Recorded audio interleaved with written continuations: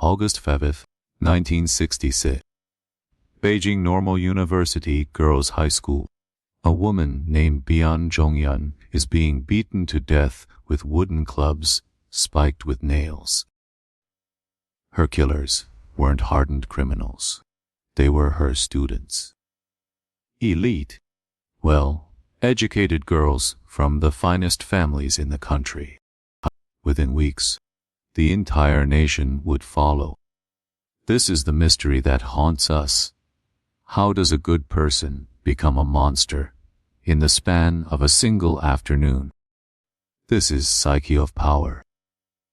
Today, we aren't studying history. We are performing an autopsy on the collective human soul. We call it the Cultural Revolution, but in the lab, we call it Group Radicalization, a total collapse of the individual into the swarm. It started with words, but words, when weaponized, change the chemistry of the brain.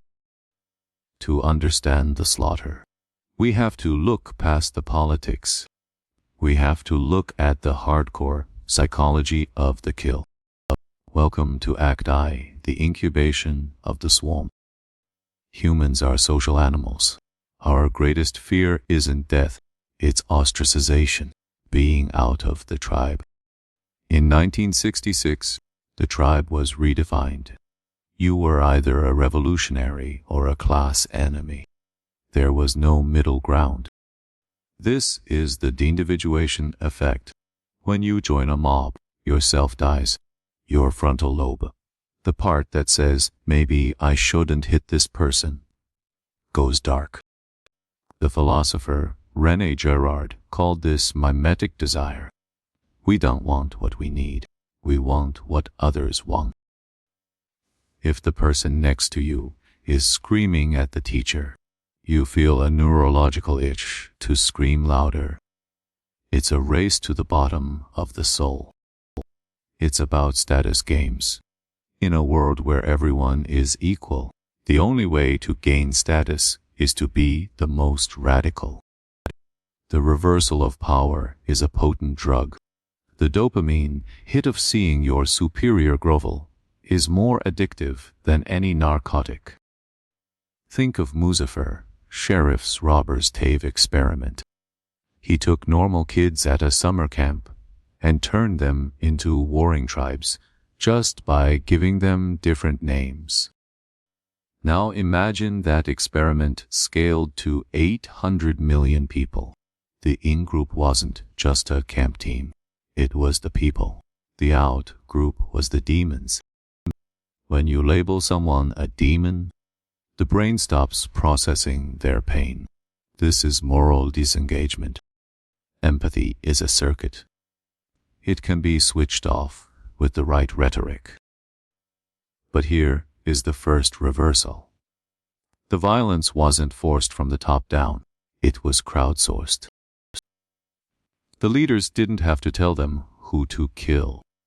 They just had to create a vacuum where killing was the only way to prove you were good.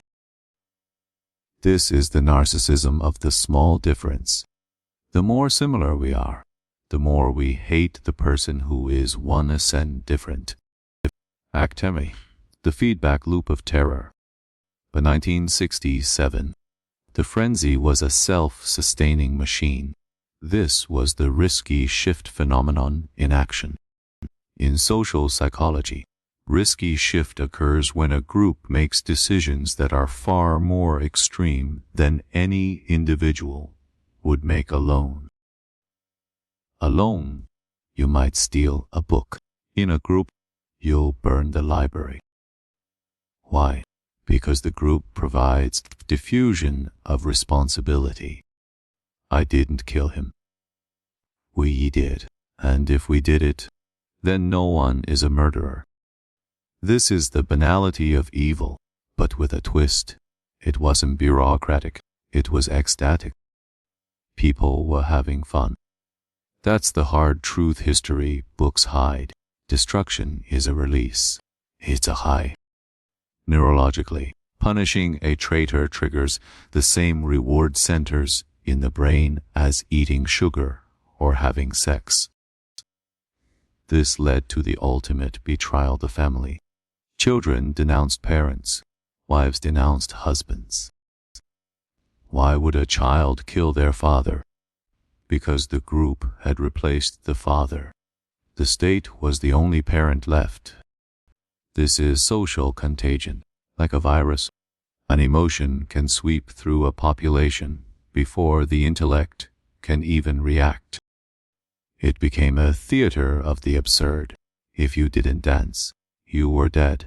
If you danced too slowly, you were dead. The second reversal, the most violent people weren't the most loyal. They were the most afraid. Performative loyalty. You kill to prove you aren't the one who should be killed next. It's a game of musical chairs where the music is a scream. In Guangxi province, the radicalization reached its logical, horrific end, ritual cannibalism. Not because of hunger, but because of symbolic consumption, eating the enemy to prove absolute victory over them. When you strip away a person's humanity entirely, they don't just become meat, they become unbeings. This is the primal horde. Freud's theory that civilization is just a thin veneer over a deep, dark pool of violence. Act 7, the cannibalism of identity. By 1968, the revolution ran out of enemies, so it began to eat itself. Factionalism, the heavens and vast, the earth-born. Identical groups killing each other over the interpretation of a single sentence. This is the purity spiral. When a group's only value is purity, the most extreme person always wins. Until there is only one person left standing, and even they are eventually purged. Let's talk about the Asch conformity experiment. Most people will say a short line is longer than a long line if everyone else in the room says so. But in the Cultural Revolution, the wrong answer wasn't about lines. It was about reality itself. The harvest is 10 times larger than it actually is. If you don't believe it, you are a traitor. This creates cognitive dissonance so severe it literally damages the brain's ability to process truth. Intellectual decapitation. They kill the experts, the teachers, the thinkers. Why? Because an expert has an internal authority. The mob only allows an external authority. This is the Stanford prison experiment on a national scale. The roles became the reality. When the roles were finally stripped away, the survivors were left with a hollow shell. Who am I if I am not the swarm? The third reversal. The revolution didn't end because it succeeded. It ended because it was no longer useful to the person who started it. The Red Guards were discarded like used tissue, from the masters of the city to peasants in the mud. 10 years of chaos, millions of lives, all to solve a psychological ghost. But did the psychology change, or did it just go dormant? Look at the digital landscape today. The same mechanics are at play. Mimetic madness doesn't need a physical street. It only needs a network. The de-individuation of the internet is even more complete than the de-individuation of the uniform. Behind a screen, you aren't a person. You are a node in a radicalization loop. We are still playing status games. We are still denouncing others to prove our own virtue. We have the same hardware, the same amygdala, the same fear of being out, running on much faster software. The Cultural Revolution is a mirror.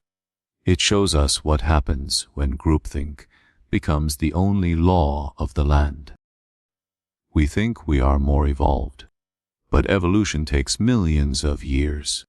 Culture only takes a decade to collapse. The red virus isn't an ideology. It's a biological glitch. Remember the woman from the beginning. Her students didn't hate her. They were radically indifferent. That is the most hardcore truth of all. The greatest atrocities aren't committed by people who feel too much. They are committed by people who have stopped feeling anything at all, except the pulse of the crowd. So, how do we stop it? How do we break the loop? By reclaiming the individual, by refusing the dopamine of the mob, by realizing that purity is a lie, and that the enemy is usually just a mirror of your own fears. History doesn't repeat itself, but human psychology is a broken record. We are the architects of our own hells, but we also hold the keys. The swarm is calling. Will you join, or will you stay human? This has been Psyche of Power. Deep dives into the dark, for the sake of the light. If this shook you, subscribe. We have more ghosts to exhume. See you in the next analysis. Don't let the swarm find you.